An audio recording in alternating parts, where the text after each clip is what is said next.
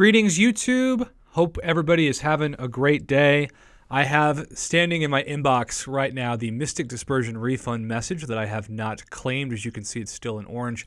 And when I click on it, you can see two things. One, it reminds you that the Mystic Dispersion Mastery has changed, and because of this, it is much different, although not so different that it's unrecognizable to what it was originally designed. And because of that, you are seeing the loyalty and units that I'm being refunded. Now, some of you have messaged me asking, how come some people have units and some don't?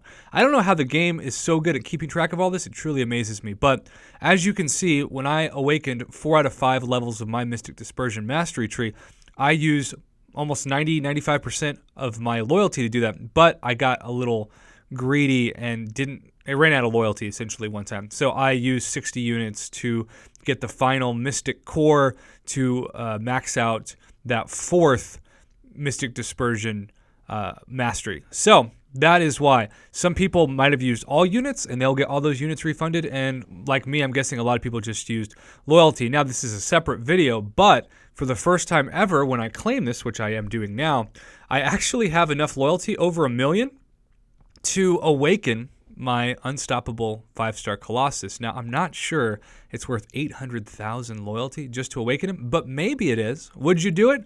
Comment below, let me know. I'm always appreciative of your thoughts. Now, I have to be honest, I was originally going to do a video about whether or not you should still use Mystic Dispersion, but I haven't tested it out enough to feel confident in my own opinion.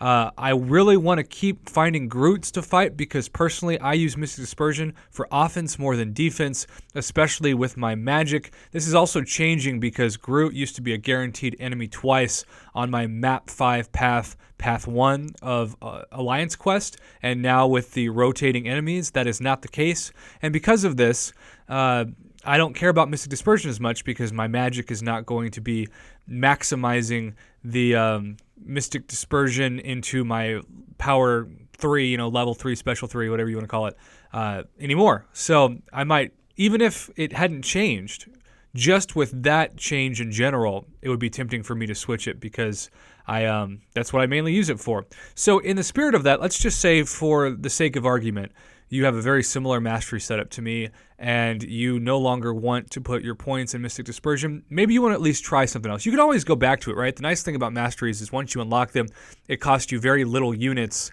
to go back to the tree that was. So we're going to go to my mastery build right now, and you will see that I have 4 points that are currently back to where they were. Now, that means, of course, that Mystic Dispersion is going to need to be unlocked again. Now, that's a little annoying because you have to wait for those specific cores, right?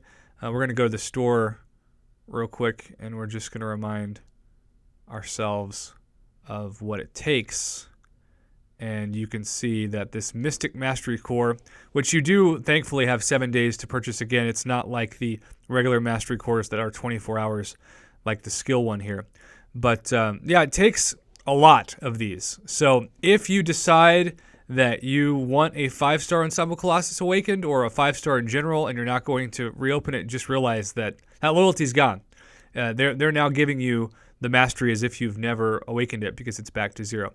But the question becomes, if you have those points back, like myself, I have those 4 mastery points back you can see here, where should you put them if you do not use them on Mystic Dispersion? Well, the temptation for some people is going to say, well, we should test out some suicide masteries. And while in a way that would be fun, and certainly if that's what you want to do, I say go for it. Alliance War season is also starting today. And because of that, your suicide masteries are very much going to hurt your defense because every time you have a special that's baited, you're going to take a very bad amount of recoil damage. And the best fighters, especially in Master and Platinum and even Gold, they don't have their Alliance use the suicide masteries for that very reason. I think my temptation personally is going to be to max out, because I have 4 points and it is exactly 4 points. And yes, I could probably put 2 points here and 1 point here, And quite a few people might say, Prof, you're an idiot for not maximizing Pacify and Petrify. And you might be right? But I have seen so many great mastery builds, and I know this is the one time I'm going to say this, and the prestige is unaffected because you basically don't get any points or very, very minimal points for doing this. But maximizing Limber, man, that just makes it so much easier to avoid parries when you're in the arena or an alliance war, and even special 3s that stun lock you. You have a chance to not die, be it a small one, if you're facing like a Thor special 3, for example, because you barely get stunned at all. And for the sake of utility and usefulness, I feel like that's a great place to put those points. So that is my number one temptation. However, as always, I very much appreciate your feedback. So my utility is here right now, my defense is here, and my offense is here. If you were me, Lord help you, what would you do with these 4 points? I will always take your input into consideration, and this is my input that hopefully you'll take into consideration in this video. Thanks as always for watching and supporting my MCOC YouTube channel, and good luck with your own mastery setup.